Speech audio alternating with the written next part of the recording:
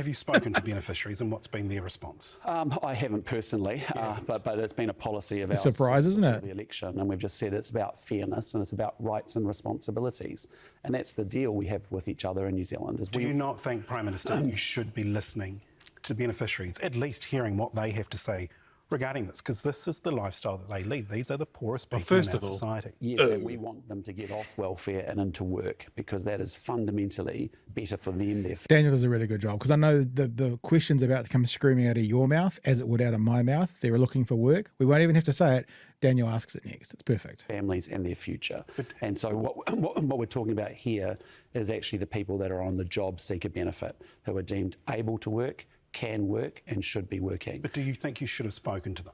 Well, our minister has met with beneficiaries, our Ministry of Social Development has met with beneficiaries, but I just asked you to take a step back and say we're focusing on a very... This is a new thing. You know how like we like to identify what the PR team has been doing on the ninth floor?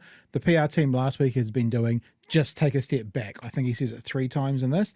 And my favourite one is when he says, not in this clip, but another one, just take a step back and focus on what we're talking about. Whereas the previous 2 sentences, he's been blaming Labour.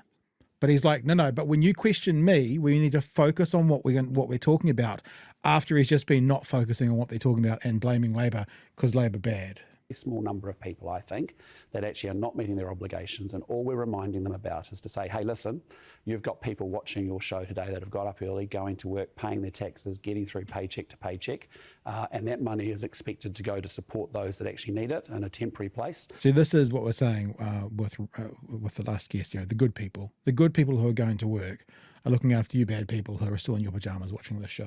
As they look for new work, and we're doing everything we can to support them. We've got 4,000 more phone case managers coming on.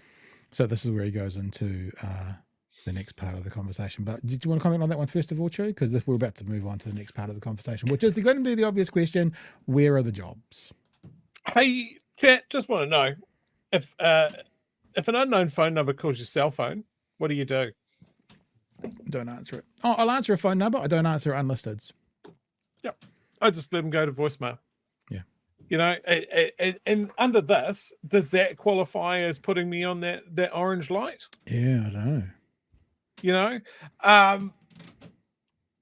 again, he backpedals there and goes, oh, it's actually not that many people. That's not that many people. Yeah, so why? You know, we this tiny percentage of welfare sponges and moochers. You know, he'll change when he was pitching it yesterday. You know, there's people who've got to get off the dole. I am a tough, decisive leader, and I'm going to punch down on those at the bottom because that's what I was voted for. That's my mandate. I hate the poor. You know, this man that has never had an interaction with a government department to the level that he's enforcing on people.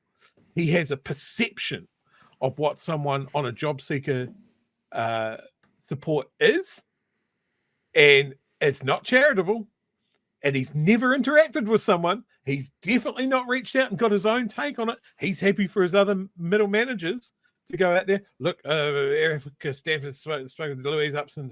Somebody's spoken to unemployed, I guess, but I won't. Yuck. Why would I? Like, out of touch. Just as massively out of touch. He does not know what a person on job seeker is. He has a right-wing idea of what one is, because it's always that sort of thing. Someone who's happy to cruise on this pitiful amount of money that we try to say is support to get you through the tough times. He's put thousands of people, tens of thousands of people on that job seeker benefit in the last 6 months. And he hasn't spoken to one of them. Yeah. One.